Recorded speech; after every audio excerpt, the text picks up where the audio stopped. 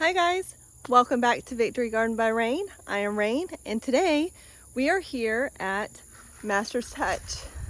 Master's Touch is a local farm near my home where we do a lot of ministry and where I will be teaching some classes for this semester. So I'm really excited about that. So today I am here to get my classroom all set up. And so yesterday I came and I weeded out all of these boxes right here. These are raised beds that were put together, I want to say 3 years ago.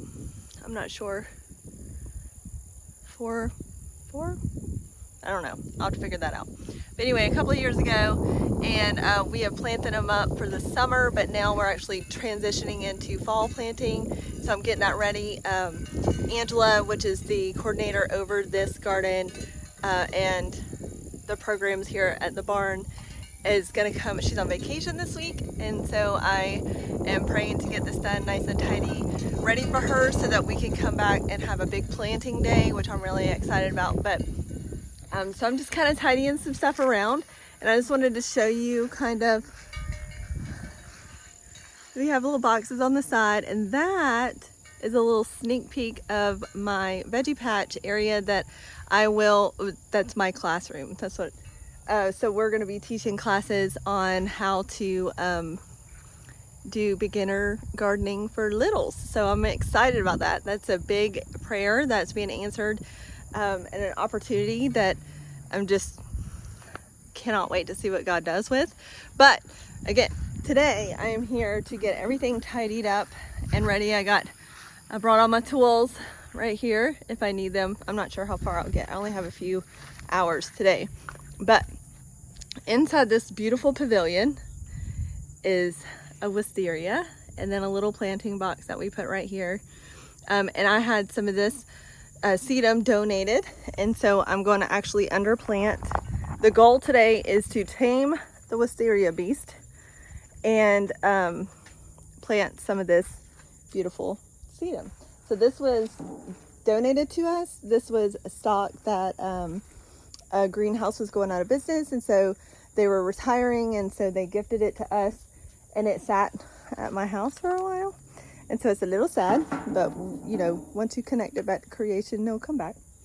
And so we're going to try to do fun little pops to fill up this area right here. So this is the view from the back side of the pavilion. And we have these little lanterns. It's really cute.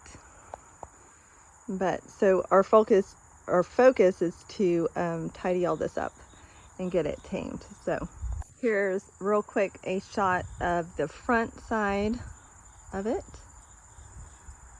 So I'm just going to set you guys up and let it be a time lapse so you can kind of see the process and what I do it, and hopefully have fun. All right, so I went ahead and weeded everything that we're going to weed it, and I didn't do much up here because so the pavilion is called the story tree, and this is a tree, but this is a wisteria. And in Georgia, where I live, wisterias are extremely invasive. So we're kind of bonsaiing it. Like you'll see, we have it planted in the ground, but it's concreted over, and we maintain pretty strictly on this. And so I want it to form like a tree area, and then we'll start spreading it out. So I just kind of raised the canopy a little bit so that we can get branchier ones. Eventually we're going to have wire run along the pavilion. We got bracers, post, wood, I'm not sure. And then it'll actually engulf this entire pavilion. That's the goal, but that's going to take a couple of years more for sure. But mainly I wanted to tidy up and make it to where we could have events here and people not get smacked in the face with wisteria. But a lot of the training on the wisteria, it happens in the spring because you have a lot of new growth.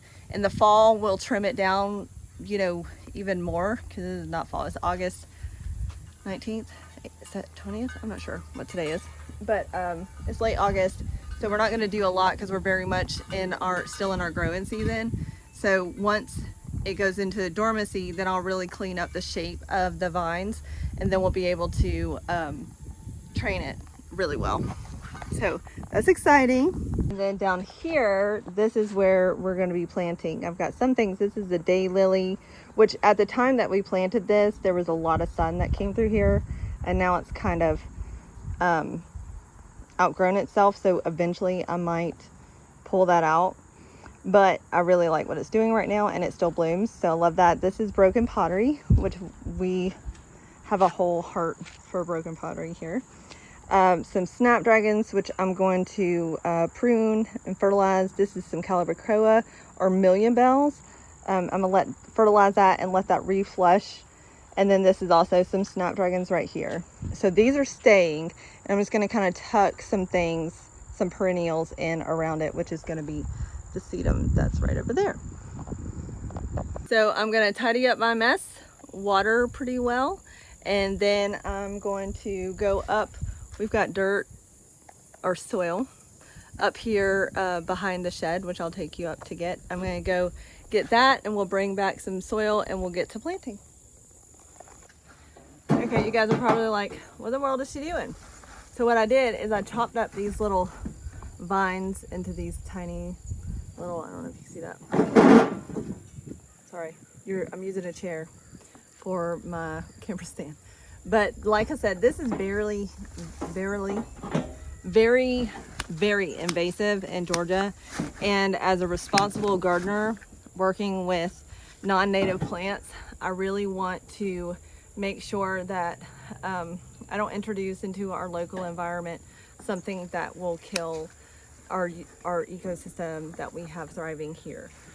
So whenever I prune this wisteria, this is not going into the compost. If I had a hot box set up here, it would go in the hot box but I'm actually going to put this in a bag and let it go to the trash. But what I would ideally do is I would put this in a bag and let it heat up to the point to where it is turned into compost, as far as like all the cell structure breaks down and it cannot reproduce the same plant that it is. So it can't take root into soil, it can't do anything. Because if I were to take one of these stems like this, and you see this node right here, if it were to come contact with ground just by me tossing it out to the grass right now, it would completely take root and take over, and then that would not be good for our local ecosystems. That's what I did there. Anytime you're pruning something that is invasive like that, just be responsible with it. Make sure you're taking steps to where you're not interrupting the life that's already there just because you want something pretty. Because let's face it, wisteria is gorgeous and we love it. This is a Japanese variety. It is not the American variety because we couldn't get our hands on a native one. So anyway, that's what we're gonna do, and we just partnered together to make sure we're doing it as responsibly as we can. So that's why I did that. All right, so that's what it looks like cleaned up.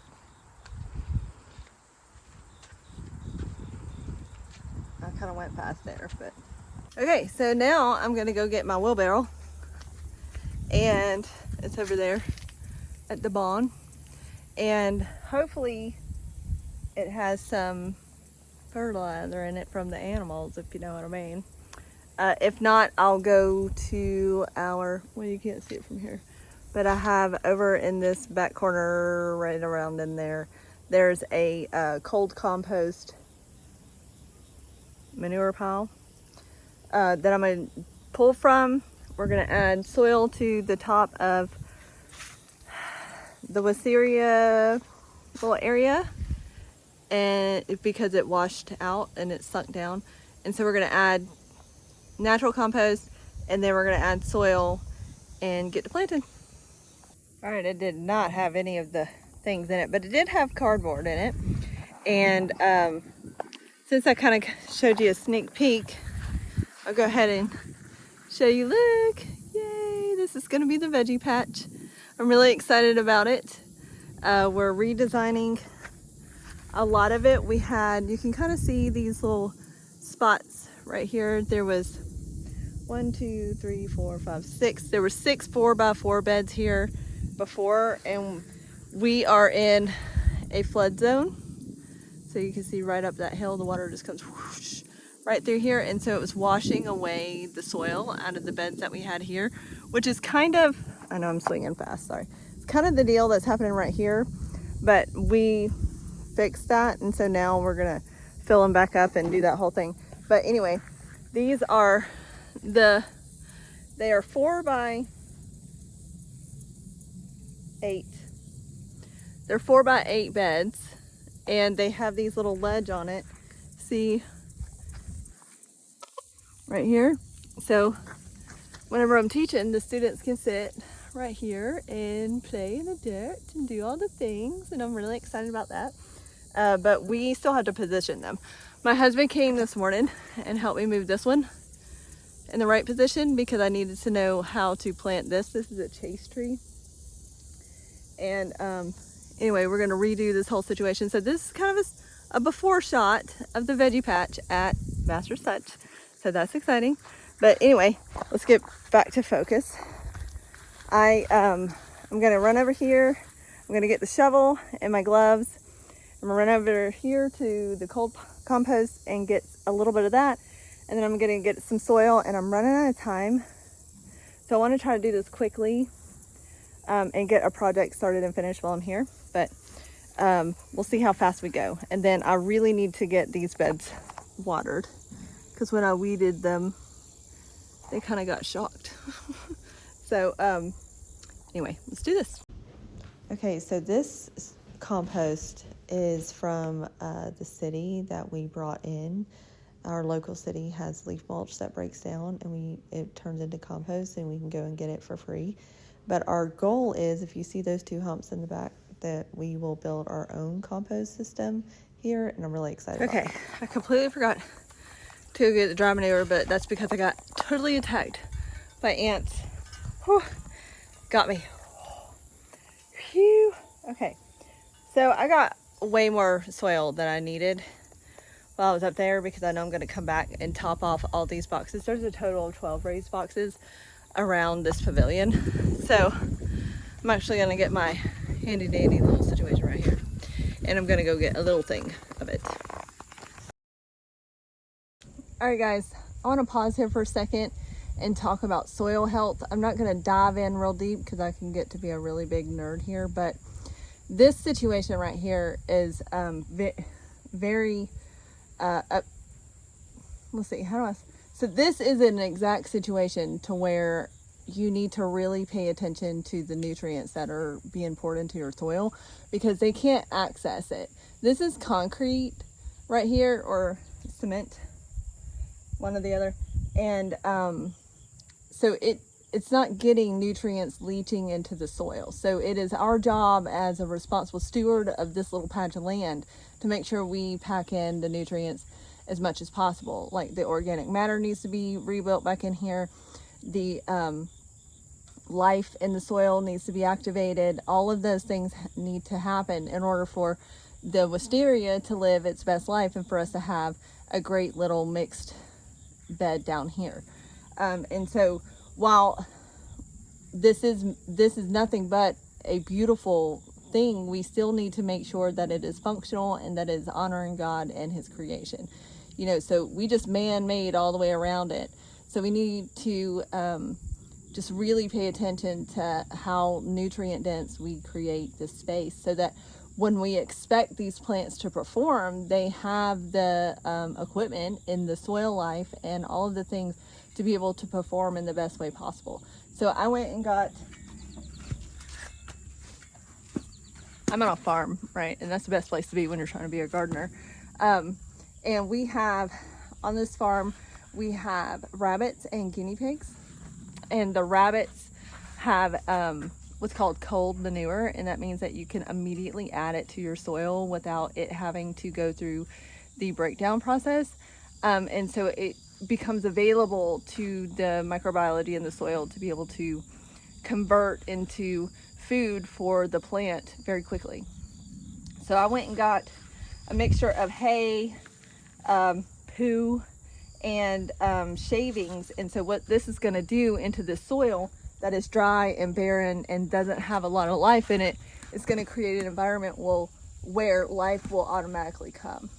Okay, and so in doing that, it's actually going to give the plants nutrition to be able to live its life. So we're going to pack this full of things and expect it to perform. So I need to make sure that I'm giving back to the area after it gives to us. So that's what I'm doing. I'm going to put a layer of this compost down, and then I'm going to put a layer of the soil over top, and then that's what I'm going to plant the sedum in today. So that's the plan. Okay, so if you're planting sedum, they don't usually need a lot of nutrient-dense soil. It's really great for barren soil. But because I have other things planted here, and because I'm trying to build the soil health as a whole here, that's why I'm adding the organic compost right there, both layers, the fresh and the already used compost. That's what the dark stuff is.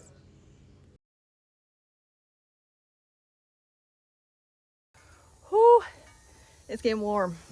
Okay, so we got the soil on there. It looks so nice and tidy. I love it. Love it.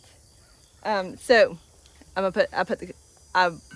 wet the soil, right, to start off with, and then put the compost down, or the rabbit compost, and then I topped it with compost. Got dirt on my face. And so now what I'm going to do is I'm going to water it thoroughly so that there is no dry soil to work with. And then I'm going to come back through with the sedum. So I'm excited.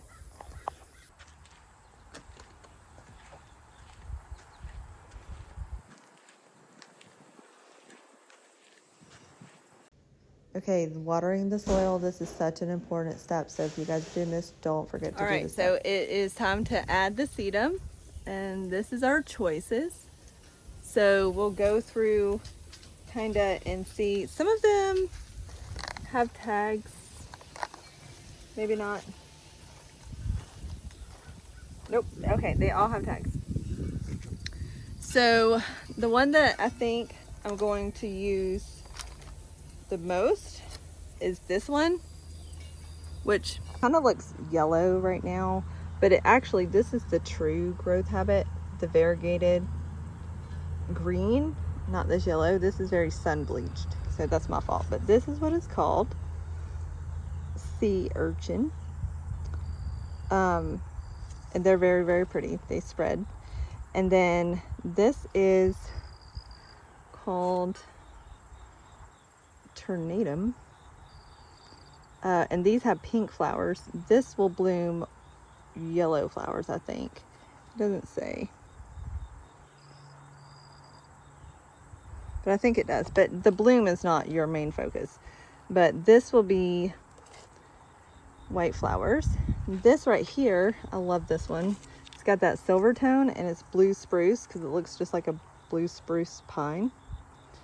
Or cedar pine. I don't know. I can't think. This one, you can't really see it, but this one gets like little rosettes. And I don't know the name of that one, but I love it. This one right here will tinge, well, this is a different variety, I'm sorry. This one, the tornatum, tinges pink, and they look very succulent-esque. And so I want to get at least these three in there so that there's that real pretty. This is another variety that I'm not sure what it's called. I'll have to look that up. But oh, this is what the pink one is called. Yeah, the tornatum. And then there's this one, which tends to be more chartreuse color. This is pretty, and this is the real color of that one too. It's not sun bleached. This one will get dark green, like this is a really good one. And then this is the Angelonia. Yep, the Angelonia, which I really love. Now, what I don't use here, obviously, all of that sedum is not going to go to the wisteria, but the rest of it will be bordered this dry creek bed that we are forming down beside the veggie patch. See how it goes down there? And so that'll be the border of that. So whatever I don't use in the wisteria will be used elsewhere in the garden. So here goes. All right, when actually planting sedum, it doesn't take a lot. You can just kind of press it into the soil and it'll take root. It's very sensitive and it roots very easily. So you just kind of pop it in there.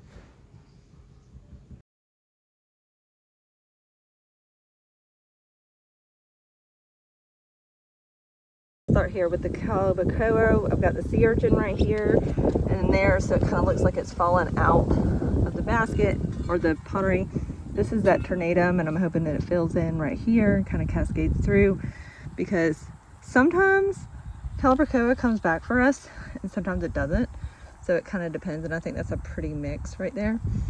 And then more of the one that goes pink right here, and it's actually coming all the way through here. The shadow's in the way. And then all the way through here, and then there's some blue spruce back there. And then this is the sea urchin. I think that'd be cute to cascade down, because look, how cute is that? That is so cute. And then there's some of the tornadum down there. I don't know how to say that word. And then we just start over. More right here. This is blue spruce, bringing that silvery tone right there. And then more blue spruce right here behind the pottery. So there she is.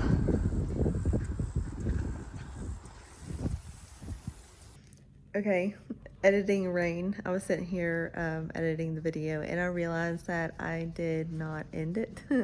But that was the end of our project for today.